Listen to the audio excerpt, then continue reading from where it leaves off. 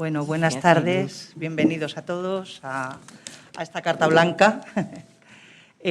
Bueno, yo simplemente voy a presentar a las personas que van a formar parte de esta mesa, de esta charla, de este cruce de ideas y de presentación también del espectáculo, ¿no? Del espectáculo Riff de Piojos y Gas Mostaza. En primer lugar está Mariano Llorente, que es también coautor y actor del espectáculo, que bueno, pues va a introducir un poquito el porqué de esta mesa, y luego tenemos el privilegio de contar con María Rosa de Madariaga, con Javier Rada y con Daniel Macías, que bueno, les agradezco muchísimo que estén aquí, y ya le paso la palabra a Mariano para que presente un poquito más. No, es que coge el micro. Vale, cojo el de María Rosa. Vale, nosotros vamos a intentar ser muy breves para aprovecharles al máximo a ellos tres, que para eso están aquí, y a nosotros ya nos veréis. Bueno, ellos están aquí porque han sido fundamentales en la gestación del texto que hemos escrito. María Rosa de Madariaga porque no hay trabajo sobre el tema de las guerras del Rif en la que ella no aparezca de alguna manera, porque ha investigado tanto y durante tanto tiempo, que siempre es un referente, aunque sea para discutirla, pero siempre está ahí María Rosa. Entonces, bueno, tiene en el Barranco del Lobo, los moros que trajo Franco, la biografía de Abdelkrim, tal, que son imprescindibles para entender un poco todo esto.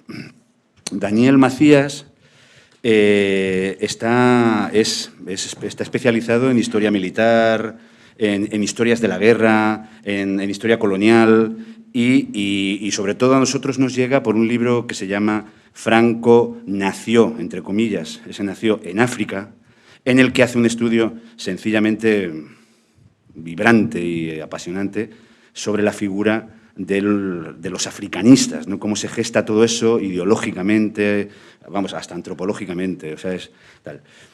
Y por eso hemos querido que esté aquí para que os cuente. Y Javier Rada es periodista, y tuvimos el gozo y el dolor de encontrar un documental que hizo hace unos años, en la que casualmente también participaba María Rosa de Madariaga, claro,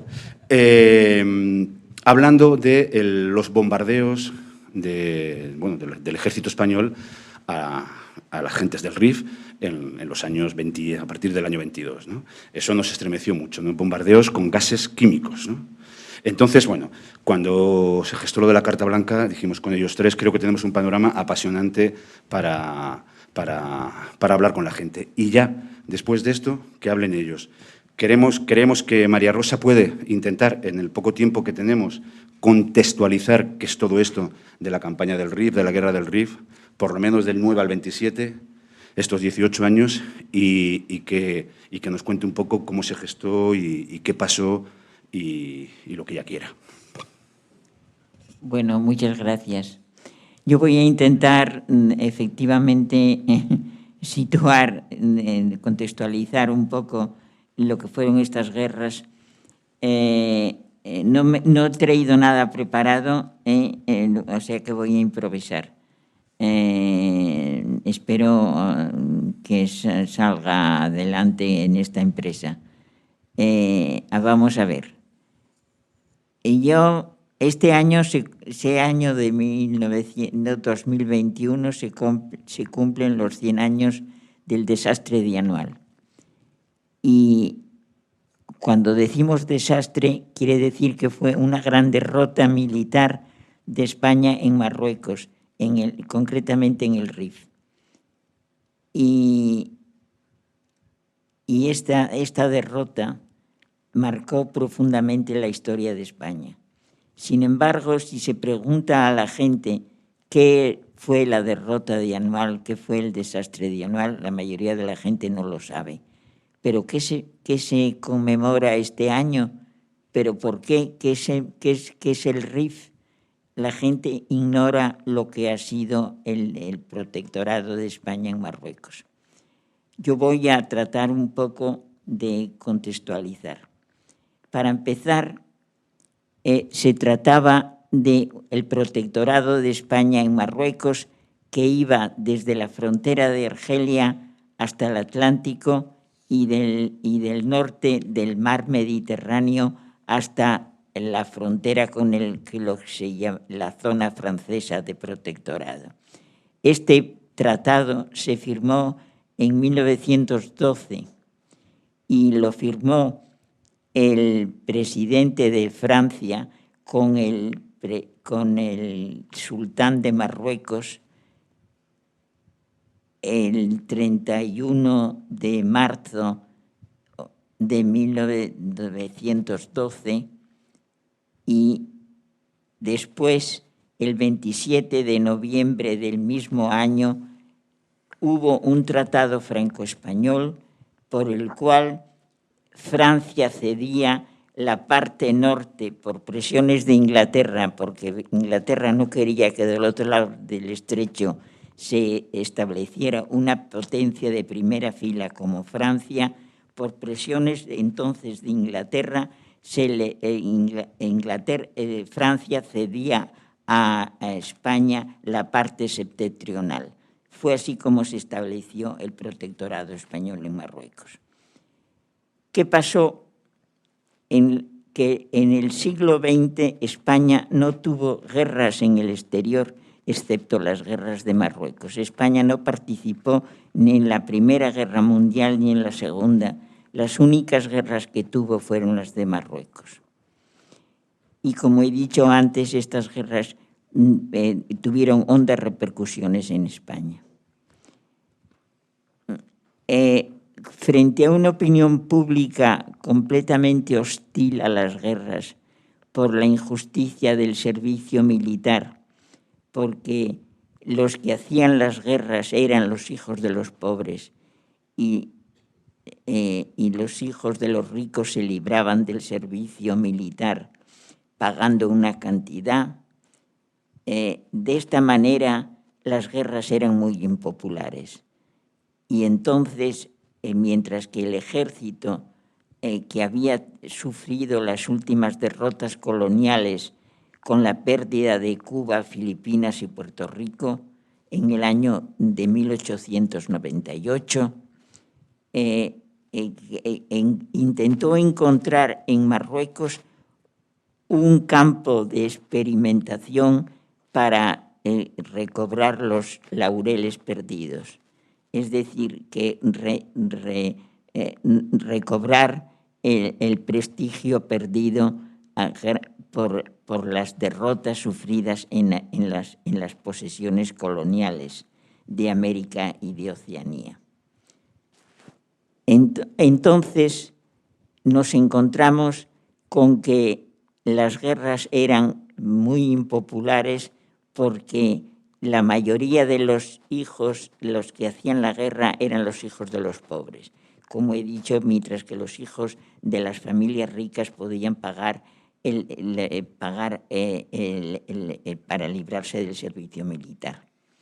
Esto tuvo un cambio en 1910 con el ministro de la Guerra, Luque, que intentó cambiar las cosas de manera que, pero de todas maneras estableció que todo el mundo tenía que hacer el servicio militar, pero estableció unas cuotas que se llamaba el soldado de cuota, que eran los hijos de los ricos también se libraban hacían un servicio militar más corto, de manera que se libraban de hacerlo de 3 años, que era lo que era en aquellos años el servicio militar.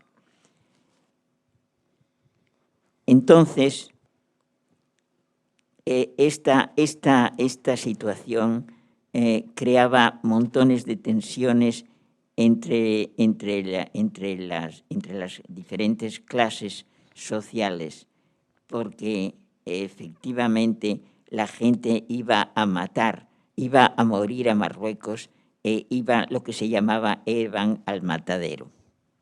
Fueron numerosas estas guerras.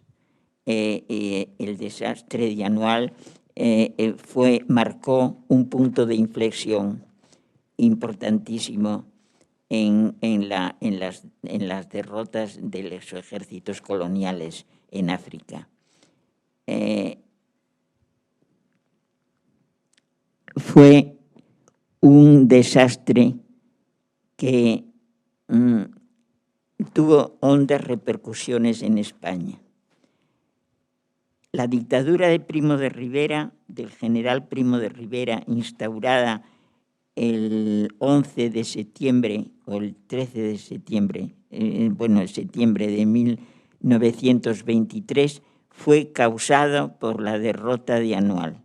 Y la derrota de Anual significó la pérdida de todas las posiciones españolas en el Marruecos, desde el Marruecos, desde el Rif central al Rif oriental. Fueron cayendo todas las posiciones como un castillo de naipes. Lo que se había conseguido durante 12 años a costa de mucha sangre y mucho dinero se perdió en unos días, porque fue una derrota bestial. Entonces, el pueblo pedía responsabilidades, y las responsabilidades alcanzaban, el encargado de llevar a cabo un expediente de información fue el general Picasso, que confeccionó un informe llamado el expediente Picasso, que acaba de publicar ahora en Melilla y que son 7 tomos. Yo he podido ver este expediente porque está en las Cortes Españolas, hay un ejemplar en la biblioteca de las Cortes Españolas, y yo tengo una versión resumida de este expediente que se publicó en el año de 1931, lo publicó el gobierno de la Segunda República. Entonces se ven cuáles eran las lacras de este ejército, los puntos débiles de este ejército, cómo se pretendía conquistar posiciones haciendo alardes de bravuconería que no conducían a nada más que a la derrota. El expediente Picasso pedía responsabilidades, y las responsabilidades alcanzaban hasta el rey Alfonso XIII. Entonces, y naturalmente el alto comisario Berenguer, pero entonces para que esto no se descubriera, el general Primo de Rivera, para esconder las vergüenzas del ejército, dio su golpe militar de septiembre de 1923. Esto tuvo hondas repercusiones en España, puesto que luego el general favoreció muchísimo al ejército, a la parte del ejército africanista, concediéndoles todo tipo de privilegios y de ascensos, y este ejército cada vez se iba desprestigiando más, y llegó un momento en el que, cuando el general Primo de Rivera cayó, con él arrastró a la monarquía, y cayó así la monarquía en el año 31 y se instauró la Segunda República. Pero al mismo tiempo este ejército, que había sido formado y que había sido fortalecido bajo la dictadura de Primo de Rivera, continuó conspirando en la sombra durante los años de la República, y fue el que se alzó en 1936 contra el gobierno de la República. Es decir, que los acontecimientos de Marruecos tuvieron honda repercusión en España, y cosa que se ignora completamente y conviene saberlo. No me explayo más en este punto, porque yo creo que tratando de resumir un poco lo que fue este periodo, creo que he dicho lo esencial. Fenomenal. Muy bien, María Rosa, gracias, porque con esto ya sabemos un poco dónde estamos, ¿no? Bueno, Daniel, pues te dejamos el testigo, a ver cómo eran estos militares. Vale, me voy para allá. ¿Cómo eran estos militares africanistas que tú has estudiado también, que tuvieron tanta presencia en todo este asunto? Bueno, voy a hablar de pies porque siempre es un poco más dinámico. Voy a ponerme el cronómetro, que es lo otro. Lo clásico de los profesores es que queremos hablar más, sobre todo los de historia. Así que voy a intentar acotarme al tiempo. Seguro que no lo consigo, pero no pasa nada. La charla que vamos a hacer es sobre el africanismo, ¿no? Dentro del contexto de las campañas de Marruecos. La definición son las campañas de Marruecos. ¿Qué abarca concretamente, como ir a mínimos, ¿no? ¿Qué son las campañas de Marruecos? Pues es nuestra guerra colonial del siglo XX, digamos. Va de 1909 a 1927. Esta es la cronología clásica. Fíjense los años, 1909 a 1927. Estamos hablando de una guerra que casi ocupa 2 décadas. La Primera o la Segunda Guerra Mundial no tienen esta duración. O sea, estamos hablando de guerras que son larguísimas en el tiempo. Imagínense la cantidad de mozos que tuvieron que acudir a combatir a lo que un anarquista en sus memorias, Miquel Mir, dijo el infierno en la tierra. Creo que es bastante significativo. No es único. Hay muchísimos testimonios que hacen referencia a la extrema dureza que tienen las campañas de Marruecos, ¿no? Las primeras, la de campaña de Melilla de 1909 o la del Kert de 1911-12, esas son campañas un tanto más, por decirlo de alguna manera, más suaves. Quizás no es afortunado el adjetivo, pero por decirlo rápido. Si bien a partir de 1921, con lo que ha mencionado María Rosa, el desastre anual, las campañas toman un nuevo tono. Es decir, aparece a partir de 1921 una espiral de violencia muy clara, porque con 1921 se inicia lo que se denomina la Guerra del Rif. Ya tiene concepto de guerra, ¿no? Ya es otra cosa, que iría desde 1921 a 1926. Fíjense también el tamaño cronológico de este conflicto, ¿no? Que es el que enfrenta a España con varios caudillos locales, entre los que destaca, y quizás el más conocido es Abdelkrim. En este contexto de campañas militares coloniales, un tanto marginales realmente, son campañas coloniales, bueno, pues que no tienen el resplandor, digamos, de lo que puede ser la India británica. Estamos en un protectorado del tamaño de Badajoz, para que se hagan una idea. No estamos hablando de un gran imperio colonial en el norte de África, estamos hablando de algo muy limitado. Y no solo es muy limitado, también está castrado territorialmente. La mejor zona, la zona estratégica de mayor relevancia, que es Tánger, Tánger queda en territorio internacional. Es decir, España y el orgullo patriótico, el intento de resarcir la pérdida de las últimas colonias de ultramar, el viejo imperio americano, con Marruecos, con el imperio africano, pues es una empresa débil, ¿no? Desde el punto de vista ideológico. A pesar de eso, en esa empresa aparece un concepto o aparece un grupo que se puede denominar, tiene varios nombres porque los especialistas no nos ponemos completamente de acuerdo, que podemos denominar africanistas. El africanismo, el problema que tiene es que es una palabra polisémica. Entonces se puede tratar de varias formas. En mi caso yo hablo de africanismo castrense, es decir, africanistas militares. No todos los que combaten en Marruecos son africanistas, que eso quede bien claro. Los africanistas, y ya con esto partimos como una definición de base, es un grupo militar español de élite.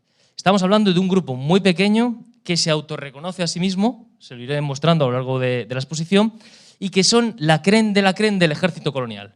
No estamos hablando en general de tropa, puesto que la tropa muchas veces es tropa de reemplazo o mercenarios marroquíes, rifeños, como queramos decirlo. Son oficiales.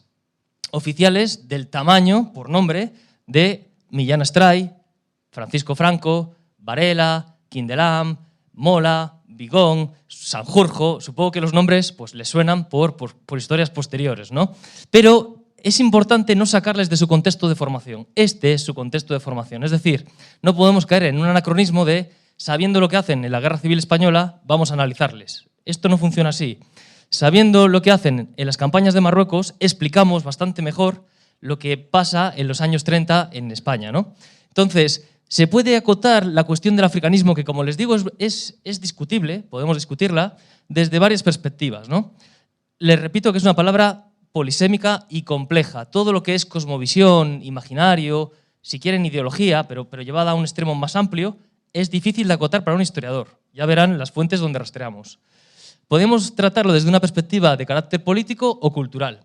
Personalmente, la cultural me parece más bonita, es preciosa. Luego les hablaré de las cuestiones antropológicas que Mariano ha mencionado y que, por cierto, es un honor para mí que se lean mi libro realmente, ¿no?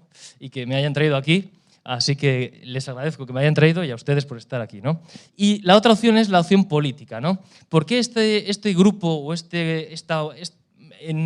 son algo así como elegidos? Ellos mismos a sí mismos se acabarán considerando los elegidos. ¿Por qué se pueden analizar desde un punto de vista político? Porque esta gente son la élite militar, son los mejor formados, los que mandaban en las mejores tropas, los que estaban más, en palabra castellana, más fogueados, es decir, sometidos al fuego, y que, por lo tanto, es la mejor o la más sana y mejor equipada parte del ejército español. Por eso tendrán tanto peso en la política posterior, ¿no? Es un grupo de presión política. Igual que habrá otros grupos de presión política, pero que tendrán éxito a medias o que a largo plazo fracasarán, como por ejemplo las juntas de defensa. Quiero que sepan que el ejército español, que en sí mismo ya es complejo, en este periodo estaba dividido en familias o en grupos, si quieren. Uno de esos grupos es el africanista, que son aquellos que se forman y viven, y yo desde mi punto de vista quedan traumatizados por la brutalidad de las campañas de Marruecos. Les voy a decir otra cosa. Hay un cierto nexo de unión entre las campañas ultramarinas. Fíjense que la última campaña ultramarina, la guerra hispano-norteamericana o hispano-estadounidense, es de 1898. Del 98 a 1909 no hay una gran fase cronológica.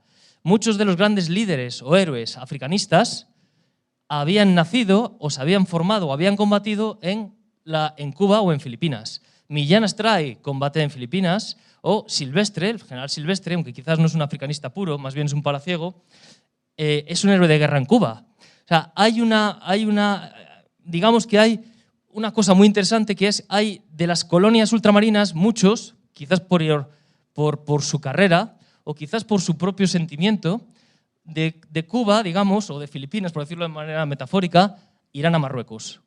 Es curioso, ¿no? Quizás por estrés postraumático, no lo sabemos. Hoy en día tenemos el nombre, aunque es un nombre que existe, ¿no? Es decir, los combatientes quedan traumatizados, y más por conflictos coloniales tan salvajes. ¿Cómo se explican los africanistas? Se explican porque en España hay una tradición de lo que podemos denominar el militarismo. Desde el siglo XIX al siglo XIX español se le denomina la era de los pronunciamientos, que es muy ilustrativo, ¿no? O los espadones, es decir, eran arietes militares que, digamos, que rompían la puerta política y permitían a distintos partidos, pues, acceder al poder. No era exactamente golpes de Estado, puesto que los golpes de Estado tienen otros conceptos asociados, no vamos a entrar en ellos, pero digamos que hay una larga tradición militarista en España. Algunos incluso la llevan al general Helio a comienzos del siglo XIX, ¿no? Y a partir de ahí, pues tenemos los Espartero, o los Narváez, o los O'Donnell, o los Pring, que todos nos suenan también y que son grandes líderes de esta tradición. En realidad, esta tradición, el último gran referente que ha citado María Rosa es Primo de Rivera, ¿no? Primo de Rivera es el último gran miembro de esta tradición militarista, esta intervención militar en la vida política, que eso es lo que viene a ser el militarismo. Algunos hablan de pretorianismo, pero bueno, vamos a decir militarismo español. Y, por supuesto, esta tradición militarista acabará llevando a 1936, ¿no? Que es lo que todos tenemos en la cabeza. ¿Por qué existe esta tradición y por qué se forma el grupo africanista? Aunque la denominación, fíjense, que se refiere a África, en realidad, en historia, los procesos mentales son de larga duración. Entonces, no podemos hablar de 1909, formación del africanismo. El africanismo viene de algún sitio, es un proceso. ¿De dónde viene? De las últimas campañas militares de nuestros restos del imperio colonial, ¿no? Que además enlaza muy bien con ese lenguaje imperial, eso que se estaba rumiando. El ejército español se ve sometido a una derrota humillante ante independentistas cubanos desde 1895, filipinos desde 1896, y luego ya la derrota es cuando Estados Unidos entra en liza en 1898 y España sufre una derrota, sobre todo naval, humillante, ¿no? Y se queda sin la posibilidad de mantener sus viejos territorios ultramarinos de los que tanto se enorgullecía. Tenemos que tener en cuenta que la propia esencia española, vinculada quizás al espíritu castellano, a la Castilla histórica, se vincula a ultramar, a más allá del mar, ¿no? Entonces, la pérdida de estos territorios y una cierta culpa hacia los militares, que entienden que son cabezas de turco, va a generar un malestar muy profundo en el estamento militar. En general, en todo el estamento militar. Luego les traeré una frase de, creo que es, bueno, no sé si he traído la del general Blanco, pero el general Blanco, él mismo dice: me arrepiento de no haber sublevado a las tropas, haber combatido más en Cuba, haber conseguido una derrota honrosa. Fíjense qué bonita la idea de la honra, ¿no? Hay una balanza de honra y incluso sublevarse contra los políticos de Madrid. Los militares, a partir de 1898, van a entender que han sido traicionados por los políticos de Madrid.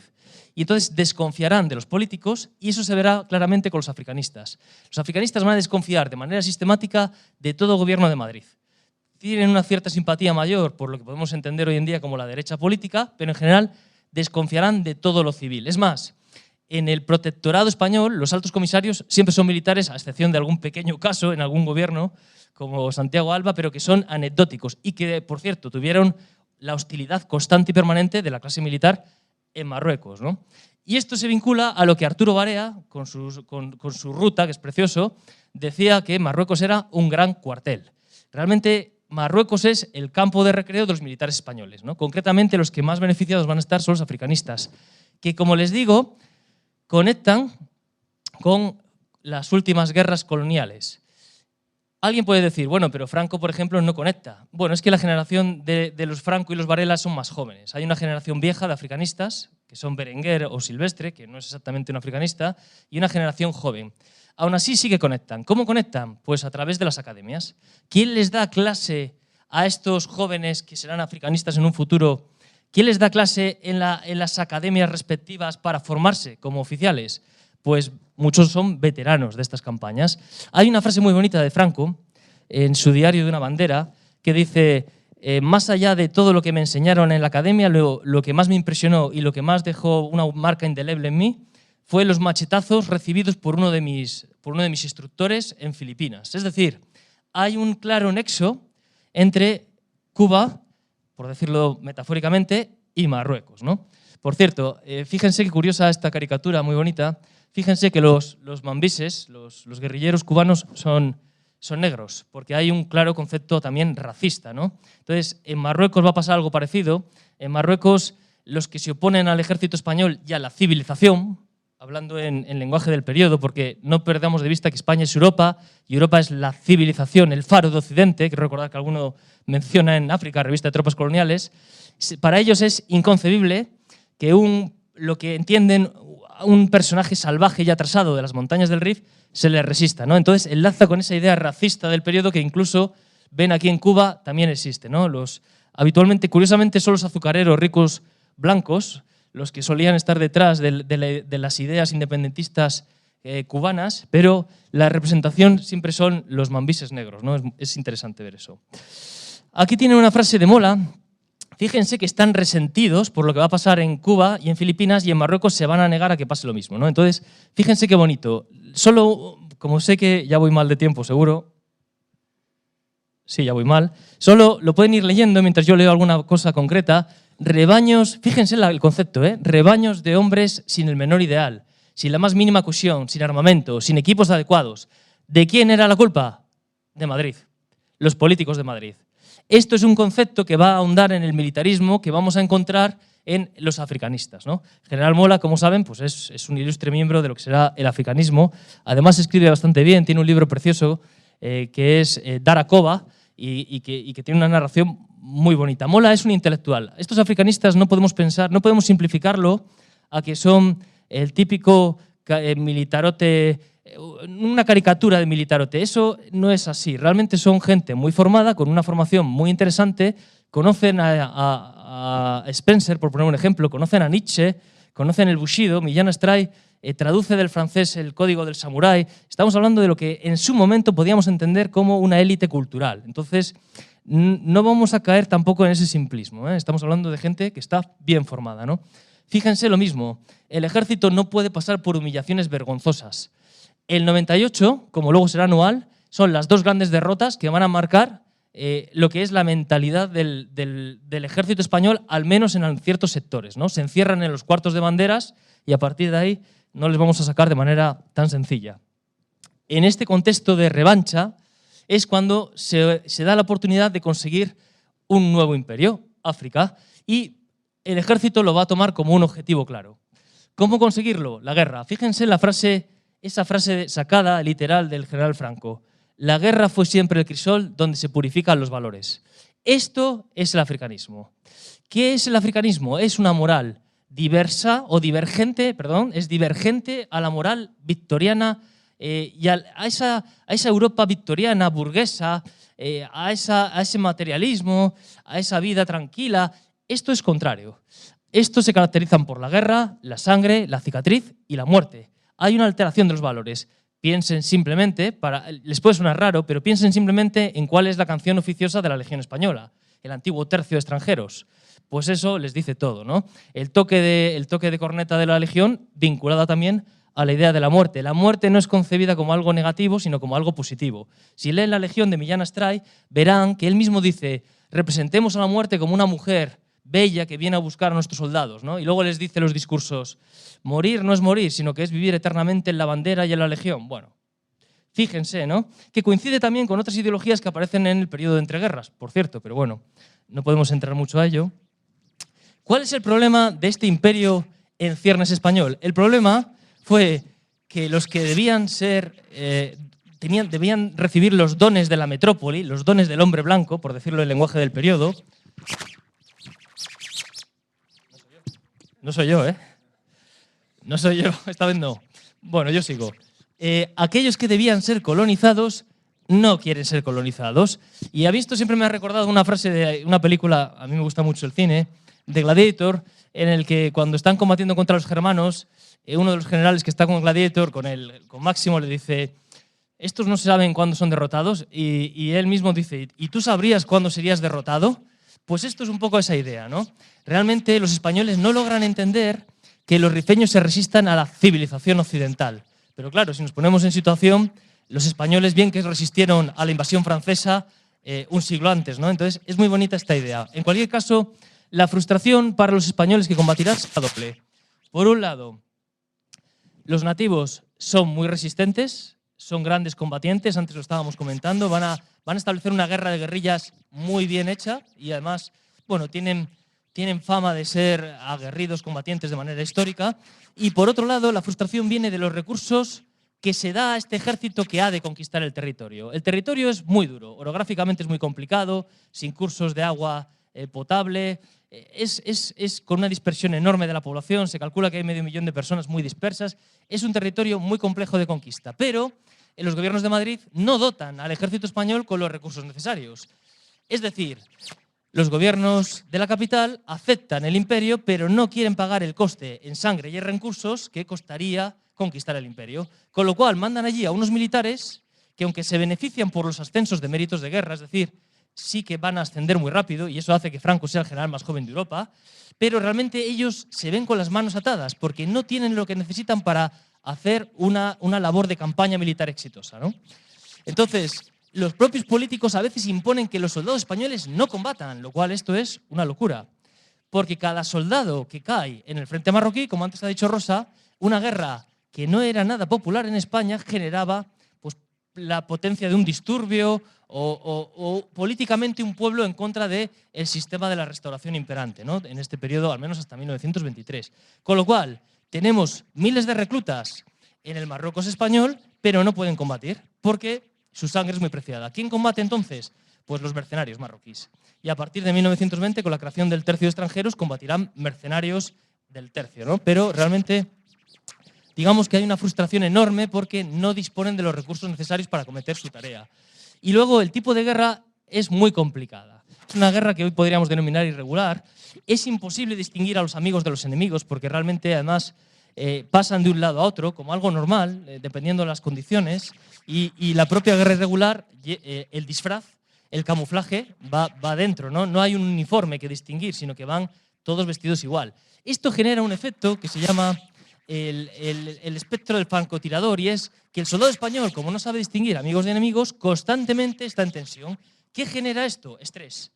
Con lo cual son soldados muy estresados y lo que harán ante esta imposibilidad de distinguir, ante estos enormes, larguísimos periodos de servicio en el frente, ya sea real, ya sea percibido, o las estancias en esos infiernos que son los blocaos, esas posiciones fortificadas en las que 20 hombres al mando de un sargento quedaban aislados durante vete a saber cuánto tiempo, alimentándose como buenamente podían y muchas veces sin poder salir de la posición, acaban completa y absolutamente traumatizados.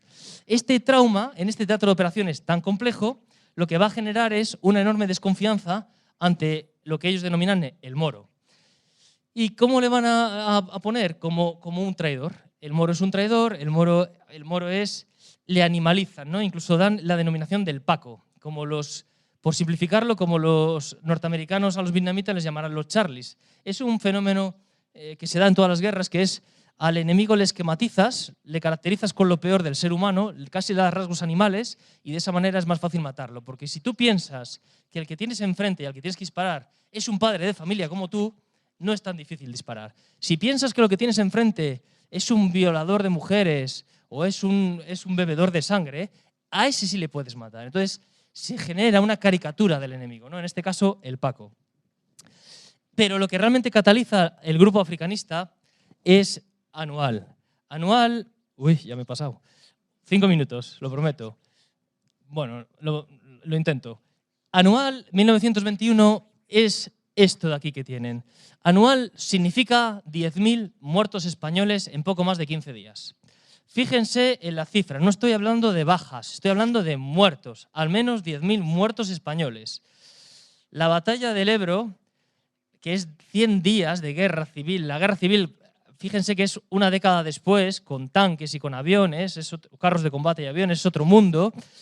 En el bando republicano, en esta batalla de 100 días, de la batalla del Ebro, en el ejército republicano hay 3.000 muertos. Aquí estamos hablando de 10.000 muertos en poco más de 15 días. ¿Cómo murieron? Torturados. Muchos de ellos se les cortan los genitales, se les meten en la boca, les ahogan con ellos, les sacan los intestinos. La crueldad y la espiral de violencia por ambos bandos, a partir de este momento, va a ser brutal. Hay un fenómeno de brutalización o de espiral de violencia en el cual nacen los africanistas o se refuerzan. El africanista ya existía, aquel que se beneficiaba de méritos de guerra, que tenía ciertos rasgos comunes, se identificaban, pero a partir de Anual se convierten en un puño cerrado dispuesto a atacar. Aquellos que eran más moderados, aquellos que podían tener ciertas simpatías, digamos, por una conquista pacífica, aquí se acaban. Aquí todos están dispuestos a la venganza, ¿no? La vendetta ocupa la mente de todo grupo africanista. Esto, digamos, que es el catalizador o el aglutinante de los africanistas. La sangre de los caídos generará ese pegamento en esta identidad. Y ahí ven la salvajada de lo que es la guerra del Rif. De todas formas, es algo tradicional, parece ser, lo de cortar cabezas. Yo encontré un par de fotos ya del Rogui, de época del Rogui, antes de las campañas. Esa foto tiene su historia porque aparece en prensa nacional, en una publicación importante. La he buscado para esta charla porque no la había encontrado. Yo había encontrado el telegrama. El ministro de la guerra, casi nada, escribe al alto comisario y le dice que, por favor, dejen de mandar fotografías de cabezas cortadas porque sale en la prensa nacional. Y entonces, para esta charla, me he puesto a buscar la imagen y me ha sobrecogido. Es esa que tienen ahí. Es decir, esto sale en prensa nacional, lo cual les indica, si esto sale en prensa nacional, imagínense lo que no salía. ¿Cómo son los africanistas como características generales? Bueno, son el camino del infante heroico. El tercio de extranjeros es la unidad que define a los africanistas. Lo que nosotros hoy entendemos como la Legión Española, ¿no? El antiguo tercio. Es aquel que se caracteriza por ir delante de todos. Millán Astray se dice que iba en un caballo blanco para que los enemigos le reconocieran, ¿no? Y, por ejemplo, Saro o Sanjurjo, el propio Mola se queja de sus superiores porque dice: nos obligan a ponernos a la vista del enemigo para que nos disparen y demostrar nuestra valentía. El valor es una de las características básicas de los africanistas. Por otro lado, el imperialismo, ya sea discursivo, ya sea real, porque el imperialismo conlleva el ascenso por méritos de guerra. Todos ellos se ven beneficiados por ascensos meteóricos, ¿no? Estamos hablando de generales con 33 años. Es asombroso, ¿no? Pero va más allá. Hay una cierta estética africanista, que es lo más bonito, y les he traído un ejemplo de ello, que es la estética. Visten de manera irregular. Utilizan prendas que no están en el uniforme, se ponen prendas de origen musulmán para identificarse. Y luego dentro de esta estética incluso hay un cierto culto a la cicatriz. La cicatriz no es motivo de vergüenza, ni es motivo de fealdad, es motivo de orgullo, porque la cicatriz se vincula a la guerra, y la guerra al héroe que se planta delante de la muerte, ¿no? Entonces, vinculado a este tipo de ideas, aparece la idea del africanismo, ¿no? Por supuesto, la virilidad. Todo se conquistaba por cojones, con perdón, como decía el general Silvestre, y como habitualmente incluso aparecen en las obras escritas por los africanistas, aparece esa idea, ¿no? La hombría y la virilidad. Hay una retórica alternativa, ya se lo he explicado, el gusto africano también se lo he explicado, conocen algunas palabras, les gusta rodearse de los nativos aunque no entiendan nada de lo que dicen, visten alguna prenda nativa, es estética, ¿eh? No tenemos grandes arabistas, aquí no está Lawrence de Arabia. Y luego se definen en contraposición a sus enemigos. Uno son las juntas de defensa, sindicatos militares, por simplificarlo mucho. Fíjense qué idea más bonita, se contraponen al sindicalismo militar, sindicalismo entendido como obreros, obreros como comunistas, y de aquí nace el anticomunismo visceral que tendrán muchos de los militares que darán el golpe de Estado en 1936. De estos polvos tenemos los lodos de 1936. Y luego se contraponen a todo lo que entienden son enemigos del imperio. Tienen un patriotismo muy cerrado, el suyo. Todos los que no sean imperialistas, enemigos de la patria. También nos suena de lo que luego vendrá, ¿no? Aquí tienen citas textuales para que vean que no me lo invento. Fíjense qué bonito la segunda. Es de un bando oficial, es decir, es normativa, para que me entiendan. Y fíjense qué bonito cómo lo explica, ¿no? Es femenino y ridículo dentro del ambiente viril que hay en todo este territorio darle la menor importancia a ese cañoneo inofensivo. Es decir, les estaban bombardeando y dice que no hagamos caso, que esto hay que ser muy valiente y no hacer caso, ¿no? Y luego fíjense esta otra frase también, si quieren. Esto es Bentiev, la idea, Bentiev no sé si lo conocen y no me da tiempo a explicarlo, se dice, es un poco una fábula, no se ha demostrado y hay mucha discusión, yo creo que no existió tal cual, pero lo que viene a ser en resumen es el general Primo de Rivera ya como dictador aparece en Bentiev y los que están allí, que son el tercio y los africanistas más insignes, le dan todos los platos en base a huevos, todos son huevos. Y le vienen a decir algo así como de lo que se come se cría, mi general, porque Primo de Rivera quería replegarse. Y estos, el repliegue no lo querían. Entonces, eso es lo que cuenta la anécdota, la realidad debe ser otra, pero porque fíjense esta carta del general Sanjurjo, dice, aparte del tercio de regulares, de mejalas y aviación, cuyo espíritu es excelente y cuyas ideas ya conoces porque ya se las han dejado claras, no sabemos si esto existió o no, pero claras ya se las habían dejado, hay cuerpos permanentes y algún expedicionario que piensan como aquellos. Es decir, esto de que piensan como aquellos son los africanistas. Estos son los que no quieren el repliegue. Siempre hacia adelante, siempre a la ofensiva.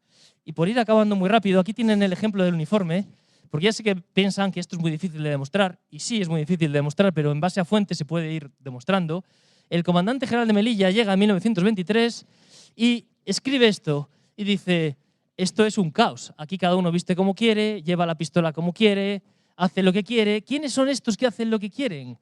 Africanistas, que van vestidos a la manera africanista, se reconocen estéticamente.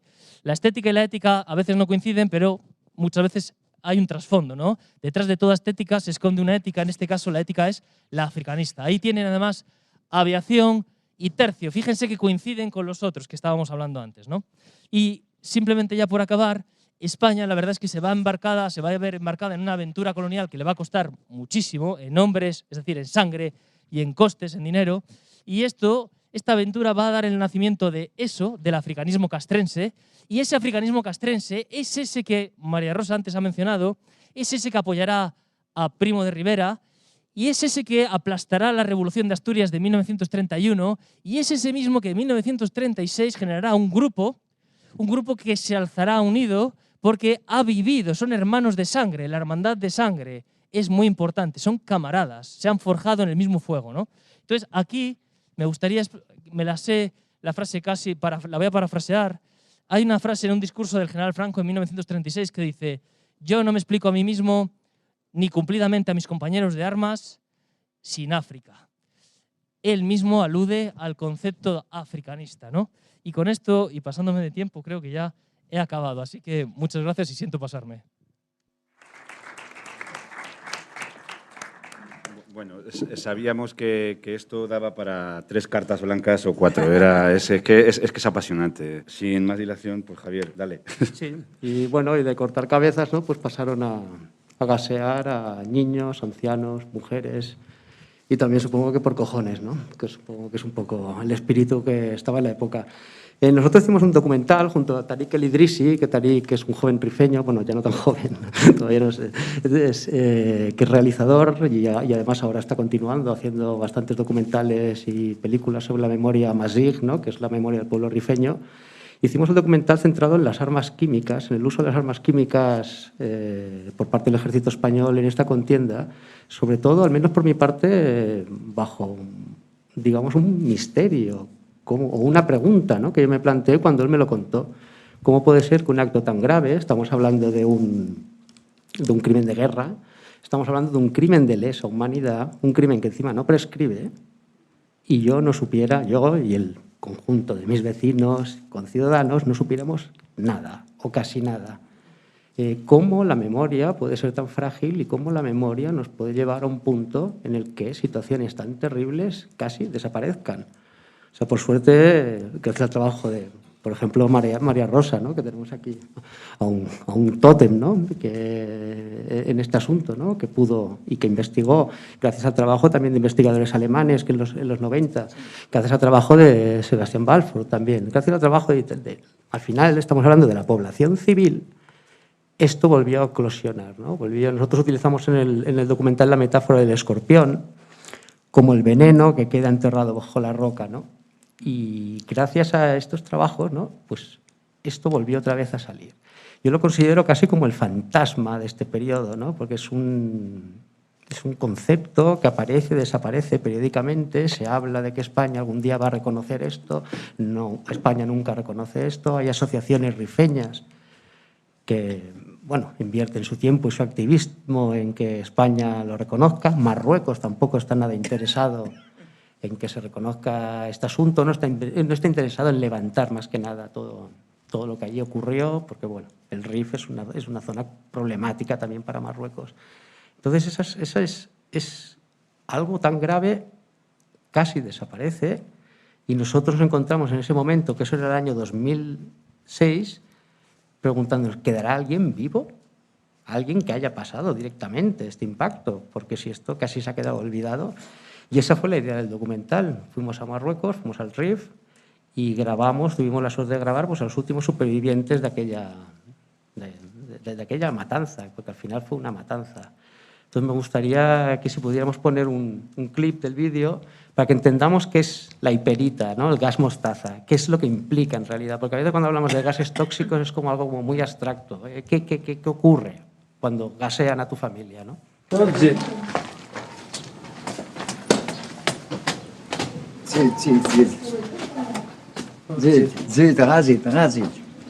A tío Mohamed los españoles le apodaron Santiago por vestir de blanco. Santiago Caballo Blanco. Él estaba en el vientre de su madre cuando todo ocurrió. ¿Eres شتن تسطي ولا شتن تاكد هارا؟ ما يستكسا إيه. يا شيخ مر ديما ذي انت ضرب ضران وجو خمس ودين الداه إيه. القمة تتس ما تتخص. كفيت فيها سريتها دار خدعة وتريتها إيش عاود خريقة؟ ها؟ عاود خريقة. شي حاجة خرقة شي حاجة خرقة. يروح لك إلى رخفيتي مسكينة رخفيت قروب. لا رسكحو سكحو. سويت ما زغرنت ظهرت. خمس كحو تسكح عند حتى ما يموت انت يموت شو ما دام زين ياك؟ يموت شو ما محمد يموت روح النيك روح النيك. لا روحتني يسويت بمان غسات يسوى مان يموت. نشوف نيت بس ما يموت يا حضري يما خمس كحوام من سويت ما خمس كحون دم من كحون كحون كحو كحو كحو كحو كحو كحو تو من دهن من دهن انت سركن انت سركن وين دارك سكول شي سنت لا كل شيء كل شيء هذا يكفر ماني هاق هيك مش منهم تسمع اقفى يا واد وني ومن ساق بالضبط جالس بيدي صار ذا مينيتك انت ما الحديد تشوفوسني غير قفش كيرم اشي السنسة ياك اشيش اشيش يا هذا غير ما من ذا وما قايمة قاس أفس عجند سنسافرنا يمني مرس ويتن اكسوي سيقوم دغه شنو تصل كشنو مكان وكا ومي يسوى عمني وضعين روحهم يموت بامقى يموت مسكين يموت مغاخر لا يموت روحهم يسوي غصة وما يخسر النشط يوجي يودين الزغرند الدارن الزغرند خا اسم تمنى الدارن يا اي داخل يخرج قيد خا إلى الصق الحيوض قد ما انا رسوس كل شيء يعصق كل شيء قيد دار وراج خا مسمومة سنف وراج إذا ماث أربع كل شيء لا الصغمي صغمي شيء ذي ممكن وين الذي يفو ذا حرام الشنقاع الذي يهدو زي الشقاع الوقت النيو وروح هذا الوقت النيو ذي يشي روح يمكن بضبط انتهى اختار ضبطني هيسكسز ارش قاع والوروح الشارش قالوا سياق الشاق واسد يارش قاقع ام يوا ام قنصور يكسس وراجني وراج إذا إلى ضمزيان إبو خنزير ما قنصي إلى تشكم بو خنزير ياك ها؟ إلى تشكم بو خنزير ياه أكيم أكس الشوم ضورة سنخنش ياك يا رجال ضورة خلاص انتي وراج اسخان اسمها زيت وراج Tío Mejomet describe pues, lo que es la acción de la hiperita, el gas mostaza. Es un arma química que ya estaba prohibida en la época. Estaba prohibida, al menos entre quienes se consideraban occidentales, ¿no? O los que se consideraban los pueblos desarrollados. Y se había utilizado, hiperita viene de hipers, ¿no? Porque es la zona donde se utilizó en Bélgica durante la Primera Guerra Mundial y todo el mundo quedó horrorizado, ¿no? De los efectos que tiene este gas. Es un gas vesicante, lo cual quiere decir que aparte de afectar al tracto respiratorio, también se queda en la tierra, quema, carcome, bueno, es un poco lo que explica Tío Mohamed. Y estas armas se utilizaron de forma masiva, al menos de forma intensiva. Yo no sé, estos historiadores creo que discuten si fue más intensivo, más masivo, si fue más selectivo, etcétera. Pero lo que está claro es que se utilizaron contra zocos, contra mercados, que se utilizó contra población civil. Entonces, bueno, a partir de ahí tenemos la fábrica de la Marañosa. La fábrica de la Marañosa que se construyó en 1923, aunque creo que al final no llegó a fabricar el gas mostaza para la contienda, pero bueno, sí, había una visión de Estado. Hemos hablado mucho de la idea de venganza, ¿no? Del desastre.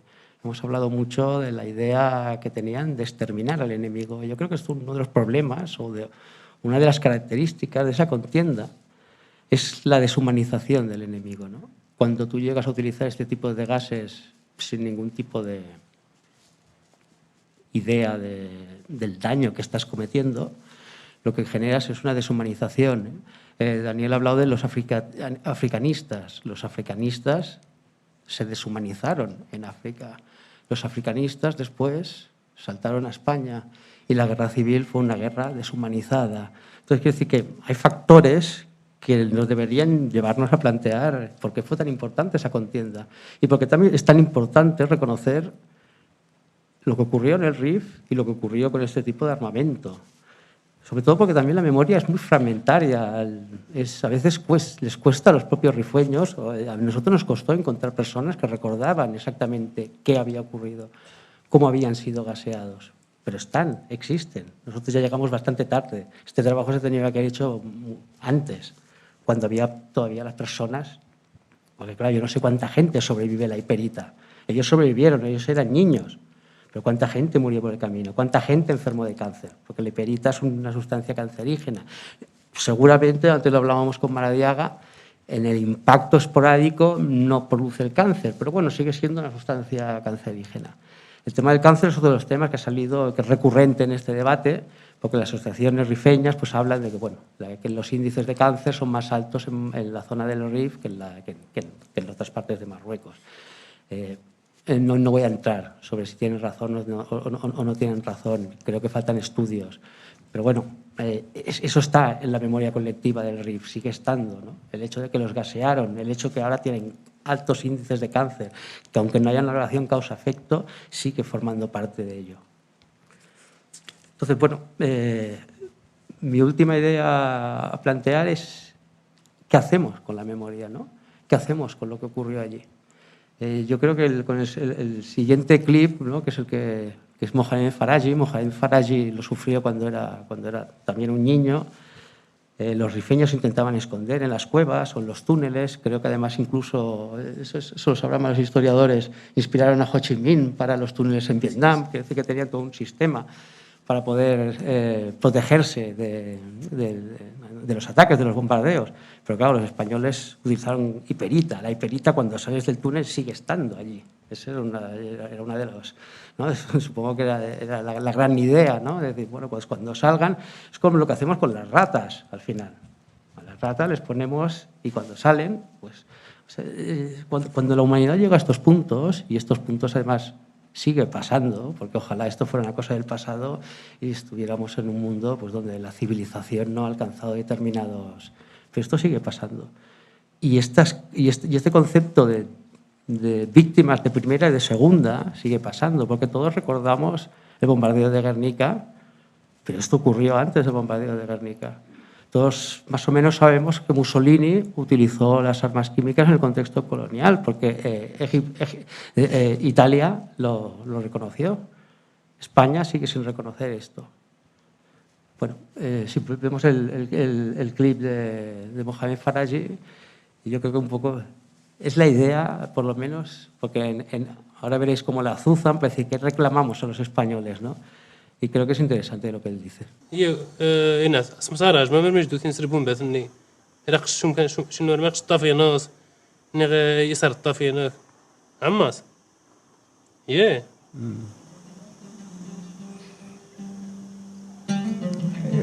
يا أخي مش شغاليس أنت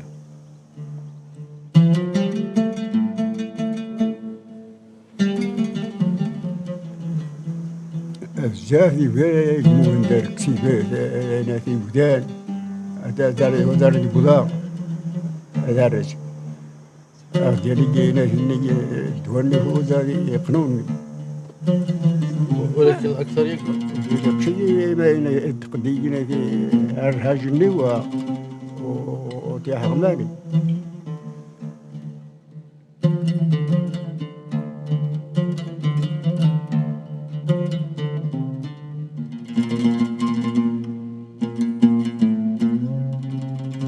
من غاس نغني اسبانيا من غاسنيني اقن ذاكينا من غاسنيني اسن سامحني اسن التاجن حاجه اسبانيا سنزمة اسبانيا جهاد مسكين طريق قارك زعما ميس نغطر بروخ ميدان ينقع منيا ما سنسامح موش نسمع هادشي ما سنسمح في اسبانيا موش نسمح هادشي قاعد تمرني يساعد وقتني راهي مثلا مواش نسمع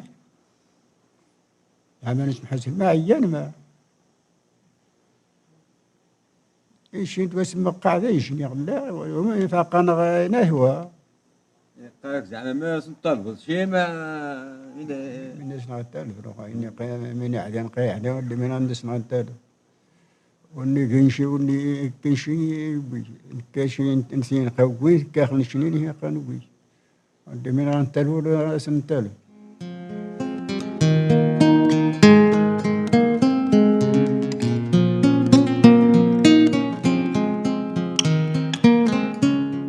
Dicen que es necesario recordar para poder olvidar, resarcir para que no vuelva a ocurrir, sin venganzas, sin revanchas, de humano a humano.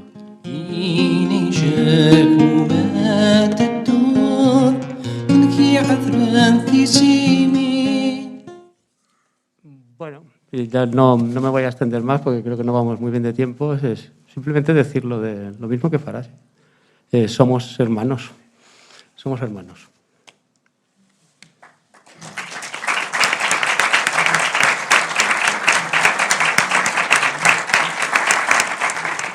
Bueno, Gracias, Javier.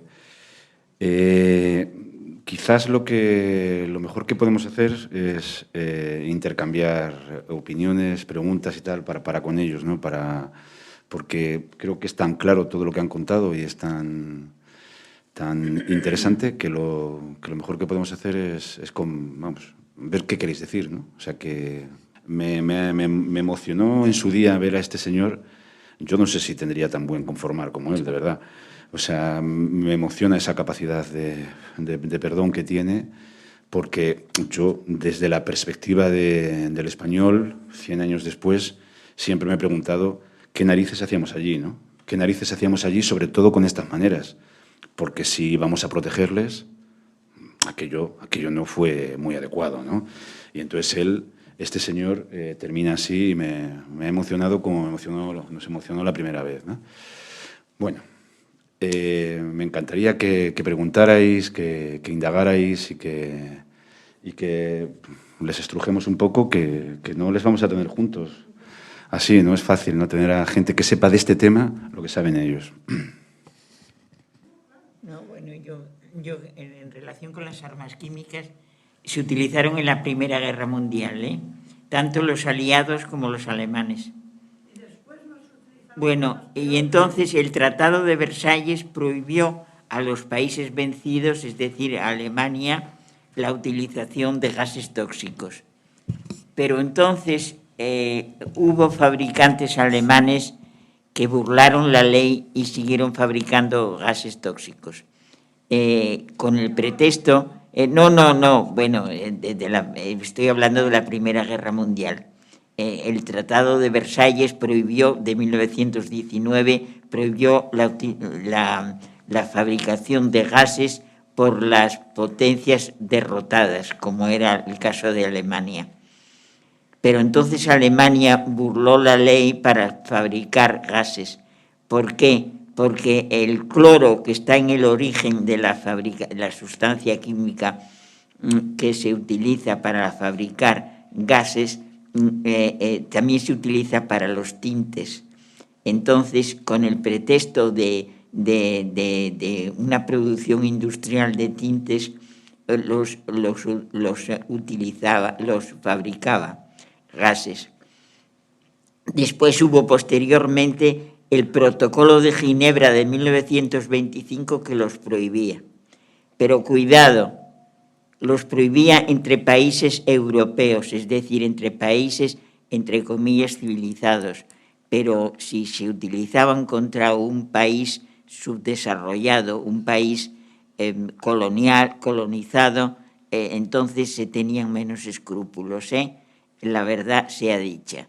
Es decir, que España no firmó el Protocolo de Ginebra hasta 1928, cuando ya se había terminado la Guerra del Rif. Entonces, España, como no fabricaba gases, se los proporcionaba a Alemania, pero hasta que se los proporcionó a Alemania, que venían de Hamburgo en barco a Melilla, y allí se cargaban en un taller en Mar Chica, que está al lado de Melilla, pero da la casualidad de que los que construyeron este taller de gases químicos, de gases tóxicos, fueron los franceses, porque el primer país que prestó apoyo a España en la fabricación de gases fue Francia, que se los proporcionó, que la cloropicrina. Es otro gas que se utilizó también en la Guerra del Rif, si bien en menor cuantía que el más utilizado, que fue la hiperita, porque se demostró que las bombas C5 se utilizaba un código, una clave de C5, que eran hiperita 20 kilos, eran las más eficaces. Y estas se utilizaban en obuses que cargaba la artillería, y en la primera vez que se utilizaron fue en 1923 en la batalla de Tisiasa. Y luego, en ese mismo año, en el 1923, en el julio, los utilizó la aviación por primera vez. Y causaban muchas víctimas también entre los españoles, entre los soldados encargados de manipular, de cargar las bombas, porque no conocían cómo se hacía, no tenían la menor experiencia en cómo se hacía. Entonces, en la fábrica esa de la Marañosa a la que hizo referencia nuestro amigo, esa fábrica de la Marañosa, que era de gases tóxicos, que fabricaba gases y cuya fábrica se comprometió a establecer Stolzenberg, que era el alemán que los fabricaba en Hamburgo, no entró en funcionamiento hasta poco antes del final de la Guerra del Rif, que fue en 1927, por lo menos oficialmente, julio de 1927. Entonces, normalmente el gas que se cargaba en la maestranza de Melilla o en el taller de Marchica venía de Hamburgo en barco. Lo exportaban directamente los alemanes a España para cargar las bombas de hiperita. Y también otros gases que se utilizaron fue el fosgeno y la cloropicrina. No sé si he contestado a su pregunta.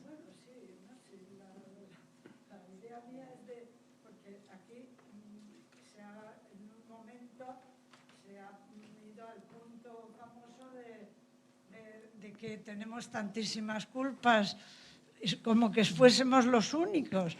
Algo se prohibió en una fecha que luego solamente España se lo saltó. Yo no digo que esté bien ni que se lo saltaran. Han hablado también de lo que lo hizo Italia. Pues pero claro. Sí, pero la diferencia es que mientras Italia ha pedido perdón y lo ha reconocido, nosotros ni lo hemos reconocido ni hemos pedido perdón. Esa es la diferencia. No, Italia los utilizó en Etiopía, en lo que entonces se llamaba Abisinia, en los años 30, en el año 35 los utilizó masivamente en Abisinia, porque como he dicho, el protocolo de Ginebra prohibía la utilización de gases y España no firmó ese protocolo hasta 1928, cuando había terminado la Guerra del Rif, pero otros países que lo firmaron hicieron caso omiso de haberlo firmado, sobre todo para atacar a los países colonizados. Es decir, que se pensaba que eran inferiores y que se les podía machacar y aniquilar, ¿no? Yo tengo idea por la prensa, aunque no haya profundizado mucho, que en la guerra de Vietnam también se han utilizado... El napalm, sobre todo, el napalm. Pero eso no quiere decir que esté bien, ¿no? Es que de todos modos, pues el perdón que pidiera Italia tampoco se le ha debido dar mucha publicidad aquí. No, es decir el de que, América tampoco se le ha dado mucha publicidad. Aquí es decir lo que se da mucha publicidad, que no me parece mal, todo lo que es historia debería estar. Pero es que muy somos publicado y muy españoles, es que el problema enseñado. es que somos españoles, entonces tenemos Sí, que hablar sí, de sí. lo nuestro. Pero si es que... Yo creo que en Estados Unidos llevan mucho tiempo purgando Vietnam. Hablando de Vietnam, se han hecho 100.000 películas de la guerra de Vietnam. Uy, Aquí este es un tema que desconocemos. de Entonces yo como España también se persona, hacen, ¿eh? no, bueno, yo de la guerra de anual, del desastre anual, No. he visto pocas, por no Pues decir que no he yo- visto ninguna. Yo he conocido en mi pero- familia la guerra de África, vamos, he oído muchísimo hablar de ella por las edades, por la edad que tengo, que son 84 años, y que han tenido que ir a la guerra y que no han vuelto, claro. He sabido de muchísima gente. Yo Pero vamos quiero para- decir que- por variar, Para organizarnos un poquito, va a hablar Daniel y si Solo podemos- y si para podemos ir, pasamos también a otra. para ir al tema, ¿no? Yo creo que el tema justo que marca, yo creo que es donde a veces caemos sin quererlo, ¿no? Entonces los historiadores, al menos los historiadores profesionales, creo que tendemos a... El debate es otro, es decir, yo no entro, vamos, yo al menos en mi exposición creo que he expuesto lo que es, se puede debatir, pero he expuesto lo que es. Yo creo que en una guerra tan salvaje como la guerra del Rif, sobre todo la del 21 al 27, todas fueron brutales. En una guerra colonial, por ir más allá, por hablar de todo, los italianos en Eritrea, en Etiopía, o la guerra anglo-afgana, que también usaron gases, por poner otro ejemplo, fueron todas ellas fueron campañas brutales y salvajes, todas ellas. Lo que hizo Leopoldo II en el Congo fue brutal también. Es decir, creo que no hay que sacar las cosas de su contexto. Entonces, en general, me refiero no a su aportación, a todo. Lo que quiero decir es, estamos hablando de 1909 a 1927. El resto de potencias que hacían 3/4 de lo mismo. Lo que pasa es que aquí estamos hablando de las campañas de Marruecos. Pero vamos, que si analizásemos... Es más, yo le puedo decir que he encontrado documentos de misiones italianas viniendo a ver cómo lo hacíamos para montar fuerzas regulares o para utilizar gases, porque ellos iban a hacer exactamente lo mismo. Entonces, esto no es una cuestión de buenos y malos, que esto es a lo que iba yo, que los historiadores profesionales lo tenemos bastante claro. Otra cosa es que luego se nos interprete, al menos la mayor parte del gremio. En la historia no hay ni buenos ni malos, hay historia. Y luego las visiones tampoco son objetivas. Lo que yo les he explicado es mi visión particular. No quiero decir que lo mío sea la verdad, pero yo se lo justifico con datos. Lo que sí que me gustaría huir, y creo que hay que huir todos, tenemos que huir de ello, es de la idea de unos buenos y otros malos. No. Allí sangraron miles de hombres de ambos bandos. Anual, 10.000 jóvenes españoles se quedaron sin vida y sus familias sin un hijo o sin un novio. Estamos hablando de 10.000 hombres. Afectó a todos los pequeños pueblos. Yo vivo en Cantabria y en el pueblo en el que vivo actualmente, que es un pueblo que tendrá 2.000 habitantes, cayó un hombre anual. Entonces no tenía 2.000 habitantes. Entonces el municipio eran 200. Que caiga un mozo de 200 habitantes del pueblo, una desgracia. Lo que les hicieron a los españoles en anual es para poner los pelos de punta. Yo he hablado con algún descendiente y todavía lloran de lo que les pasó a sus tíos abuelos. Pero por el otro lado tenemos que reconocer que en venganza, o en justa venganza, o como queramos denominarlo, o en vendetta, esto no tiene justificación de ningún tipo, en esta espiral de violencia por ambos bandos, porque es lo que tiene una guerra, la guerra siempre es la locura de la guerra, los españoles utilizaron, yo creo que a partir de 1922 he encontrado algún documento, utilizaron gases, y a partir del 23 con aviación. Y yo he encontrado algún telegrama en el que pone se ha hiperitizado todo el protectorado, todo, completo. Entonces, a lo que vamos es que realmente por ambos bandos se hizo una verdadera salvajada de guerra, pero es que es la guerra colonial de los años 20. Entonces yo creo que tenemos que escapar de esta idea de los buenos y los malos, ¿no? Con lo que decía Mariano de que pintábamos en el norte de África, en el Rif, no sé si podían comentar un poco la empresa de minas del Rif y lo que supuso, o sea, quién presiona en el gobierno para la expansión colonialista en el norte, con intereses en las minas, y qué empresas que participan en las minas terminan financiando también a los africanistas en el golpe militar. Bueno, yo creo que cualquiera de los tres podríamos contestar a esa pregunta. Yo creo que es fundamental decir que el conde de Romanones tenía intereses en minas del Rif. Después también la familia Godó, de Cataluña, el marqués de Comillas, un tal Clemente Fernández, que era que tenía una fábrica de carnes, y no me acuerdo ahora quién era el cuarto que formaba parte de los empresarios que tenían intereses. Pero es evidente que en la guerra de 1909 Maura era contrario a la intervención, que era del Partido Conservador. En cambio, el jefe del Partido Liberal, que era el conde de Romanones, sí era partidario de la intervención, y era debido a que él tenía intereses en minas del Rif. Había una canción de la Campiña de Jerez que decía: los obreros de la mina están muriendo a montones por defender las minas del conde de Romanones, que luego los asesina. Esta era una canción popular de la Campiña de Jerez, que me he encontrado yo en un archivo escrito a mano por Tomás García Figueras en un libro escrito a mano por él, y que yo copié porque me pareció increíble que Tomás García Figueras, que era un franquista radical, la hubiese copiado, ¿no? pero en fin, para sorpresas a veces encuentra uno muchas. Esta fue una. Hola, buenas noches.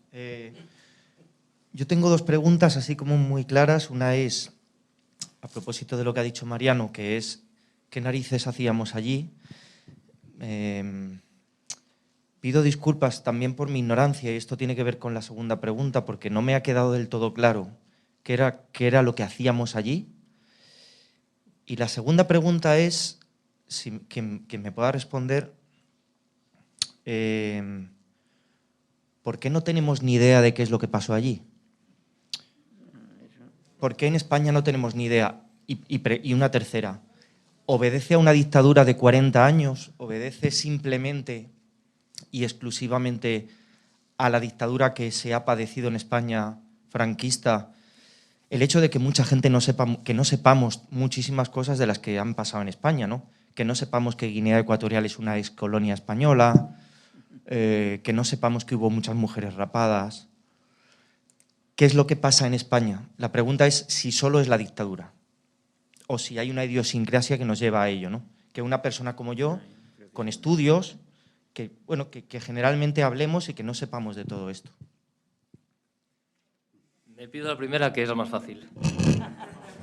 Que antes la otra era un marrón enorme. En la familia Macpherson yo me encontré que también los Macpherson, eso es, que son en realidad es la oligarquía española, ¿eh? También estaba implicada en, bueno, lo de siempre, ¿no? Hay un montón de poemas y de cancioncillas obreras que hablan de cómo mueren por el rico, ¿no? Pero volviendo a la pregunta la más acotada, que es casi para mí la más sencilla porque es la que puedo contestar más objetivamente, hay muchas teorías, pero las claves que te puedo dar creo que son las siguientes. España, después de perder el resto de América, se encontró muy sola. A España no la apoya nadie contra Estados Unidos. Realmente España echaba de menos un aliado que le hubiera ayudado, ¿no? Entonces, la búsqueda de un aliado internacional, de meterse dentro de esa red de alianzas internacionales, le lleva a que cuando Gran Bretaña y Francia, a través de diplomacia secreta, le ofrecen a España participar en un reparto de lo que es una de las últimas zonas sin repartir, porque ya se habían repartido en la conferencia de Berlín, pues España, digamos que por insertarse dentro del juego de alianzas internacionales y tener un respaldo, entra en el juego. Por otro lado, había intereses. ¿De quiénes? La oligarquía político-económica, ¿no? Los Macpherson, los Romanones, es decir, estamos hablando de familias muy potentes. Había algunos grupos de presión, como por ejemplo los militares que habían combatido y que buscaban un gran sector del ejército español buscaba un sitio donde resarcirse de la derrota. Y luego, además, tenemos que pensar que los africanistas ascienden por méritos de guerra. Para ascender te hace falta una guerra. Entonces, la expansión es un juego, ¿no? Y luego había presión de algunos entes que se llamaban las sociedades geográficas, que eran algunos círculos culturales que entendían que Marruecos le vendría bien a España, ¿no? Eso de sanar España, tenemos que pensar que estamos en la época esa de Joaquín Costa o de Gonzalo de Reparaz, y el propio Costa en su momento sí que decía que la regeneración, esa idea de la regeneración podría venir inicialmente, luego ya se retracta, podría venir de la expansión militar. Entonces, esta idea de Franco del crisol de la raza a través de la guerra no solo es de estos militares. Hay toda una teoría en este periodo, filosofía irracional, el propio Nietzsche, o teorías belicistas que dicen que es en la guerra donde se forja la salvación de las civilizaciones, ¿no? Pensemos que la regeneración española es porque se entendía que había decadencia en España, pero es que en Europa también había una idea de decadentismo, el decadentismo en Europa. Entonces, las guerras se entendían como algo positivo en ese periodo, ¿no? Incluso socialistas como Sorel hablan de la guerra y la violencia como algo positivo. Entonces, estos son, digamos, las claves, ¿no? Una internacional, una de carácter económico de presión, y otra de presiones dentro del propio estamento militar y de algunos poderes fácticos del Estado. No sé si me dejo alguna. Sí, yo creo que está bien. Efectivamente, esos tres factores son muy importantes. El factor internacional, es decir, que España se encontraba en un momento en el que se crean los grandes imperios, el imperio británico y el imperio francés. España se encontraba disminuida, es decir, en la decadencia ya desde el siglo XVIII y no digamos en el XIX de su imperio americano.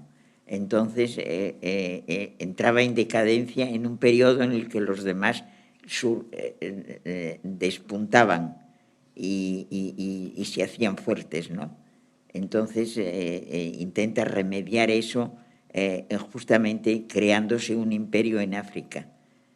Yo creo que esto es muy importante, ¿no? Es decir, la idea de resarcirse de las pérdidas en América, compensando con un imperio, creando un imperio africano. Y efectivamente llegan a un acuerdo cuando Francia e Inglaterra se reparten el norte de África y Francia decide dejarle a Inglaterra Egipto, porque hizo una incursión en la zona del Nilo y le salió al paso Kirchner, no, le salió al paso el ejército británico para decirle, cuidado, esto es coto privado nuestro. Entonces Francia se retiró, pero entonces firmó un acuerdo con Inglaterra de reparto. Entonces tú te quedas con Egipto, pero manos libres en Marruecos. Y efectivamente eso fue lo que se decidió. Pero entonces manos libres en Marruecos, pero como he dicho ya antes, a Francia no le interesaba que del otro lado del estrecho se estableciera una gran potencia como Inglaterra. Y entonces una gran potencia como Francia. A Inglaterra no le interesaba que del otro lado del estrecho se estableciera. Entonces sacó el argumento de que España tenía intereses históricos por las ciudades de Ceuta y Melilla, que eran conquistas, ya sabemos, del siglo XV. En 1497 los españoles conquistaron Melilla y la conquista de Ceuta fue debida a 1415 por los portugueses y luego pasó a España cuando la unión de España y Portugal en el siglo XVI con Felipe II. Entonces, basándose en que había intereses históricos de España, Inglaterra le pidió a Francia que renunciara a la parte norte, a la parte septentrional y que se la cediera a España. Eso fue lo que hizo Francia con España mediante el tratado del 27 de noviembre de 1912, le cedió esa parte es decir, que España estableció su protectorado sin haber firmado nunca un tratado con el sultán. El que lo firmó fue Francia, que Francia aprovechaba siempre para echarle en cara el que quería erigir al jalifa, que era el delegado del sultán en Tetuán, que lo quería erigir como si fuera el sustituto del sultán, que quería hacer como que en el norte reinaba con plenos poderes un rey, que era el sultán de Marruecos, cuando en realidad era el delegado del sultán, el jalifa. No sé si tenemos más tiempo, igual ya no tenemos más tiempo, o sea que bueno, pues nada, nos quedamos con todo esto y bueno, hay un espectáculo que hemos generado, que estamos en ello, que ya veremos qué debate causa en la sociedad, porque si el teatro causa debate y tal, es bienvenido. Y yo les daría un aplauso a ellos tres, a Daniel, a María Rosa y a Javier, porque ha sido un placer escucharles.